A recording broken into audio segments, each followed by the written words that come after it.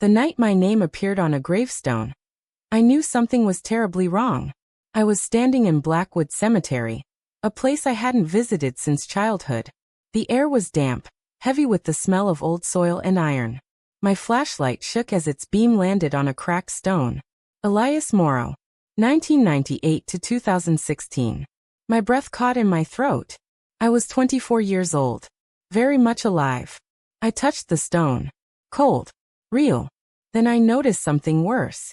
Dozens of graves surrounded mine, arranged in a perfect circle.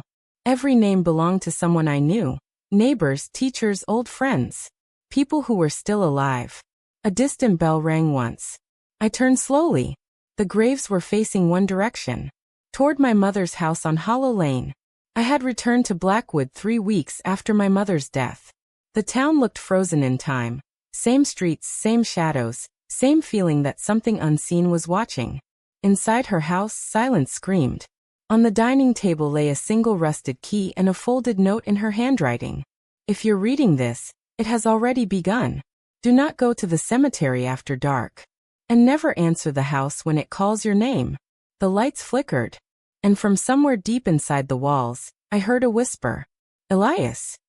Blackwood had rules everyone followed without question. Never walk alone after sunset. Never whistle at night. And if you heard your name called from an empty place, ignore it.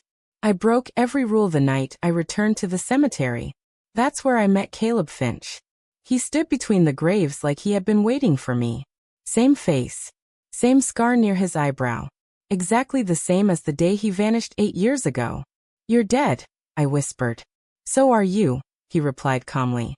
Caleb told me Blackwood was not just a town, it was a memory trap. A place that collected secrets, regrets, and names. The house on Hollow Lane was its heart. It listens, he said. And it never forgets. My mother had been the keeper. She kept the house satisfied.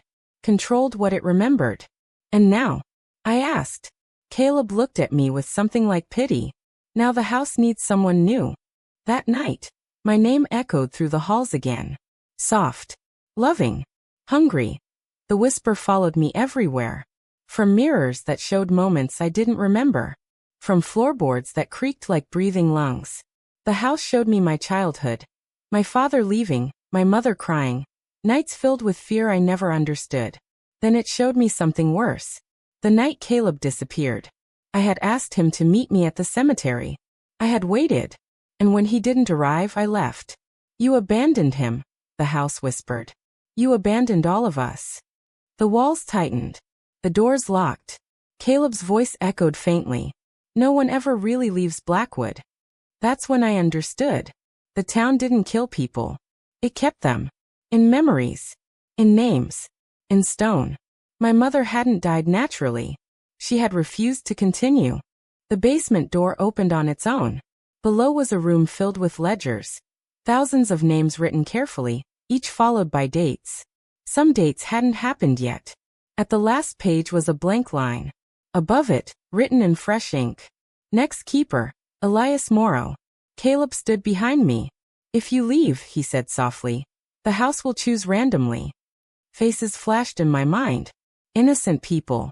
Children. Strangers who trusted the town. The bell rang again. Once. The house called my name, this time gently. I picked up the pen. My hand trembled. And I signed that I still live in Blackwood. You won't find it on any map. People pass through and forget they were ever here. The house keeps their memories safe. Sometimes I walk through the cemetery at night, reading names that haven't finished forming yet. Waiting. Listening.